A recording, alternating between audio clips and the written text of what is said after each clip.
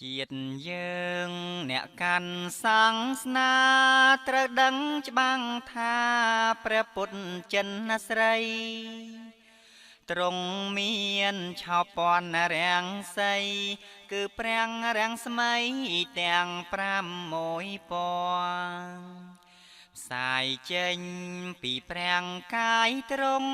រងរឿងរទ្ធីរងប្រសើរបវរឆ្វែលឆ្វាត់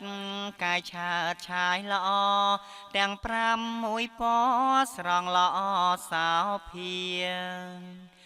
កំណើតនៃប្រាំងរាំងស្មៃកើតដោយបារមីនៃព្រះភគវីធ្វើទានអត់មានរុញរាកាលដែលនៅជាប្រាំងពោធិសត្វរាំងស្មៃពួកខៀវនងណាកាលឆ្កៀលនេត្រាទ្រង់ដោយចិត្តកាត់ឲ្យទៀនដល់អន្តៈព្រាមពិតកាលនៅជាក្សត្រនាមស្រីភីរាំងរាំងស្មៃពួរលឿងភ្លឺថ្លាកាលដែលទ្រង់អាសាច់ផែធ្វើមាំងបិទពុទ្ធៈរូបភ្លឺអោភាំងព្រះអិនជាងមាទ្រង់វ័យបណ្ឌិតរាំងស្មៃក្រហមនងណាកាលដែលមេត្តាពួកខំស្លាប់ពិតបោទុំសុបដោជីវិត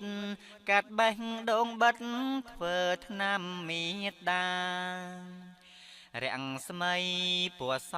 សិនសានកាលដែលព្រះបាទវេសិណ្ឌក្សត្រាឲ្យទៀនដំរីសសោភាដល់ព្រាមប្រាថ្នារងពោធិញាណរាំងស្មៃពួកដូចជើងហងកាលមេត្តាទ្រង់យកចាប់យកបានវិជ្ជាធម៌អាសាញ់ខ្លួនប្រានឲ្យយ៉ាងសាមានស៊ីបដូរជីវិតរាំងស្មៃពួកផ្លែកពុនរាយកាលជាទុនសាយឈ្មោះសោមបណ្ឌិតឲ្យទៀនសាច់ឈាមជីវិតដល់អន្តៈព្រាមពិតថាអនអាហាររាំងស្មៃខៀវលឿងក្រហមសហងស្បាតព្រមភ្លឺភ្លេចអង្ចាត្រូវជា6ប្រការក្មេងចាំងកុមារចងចាំទុកអើយ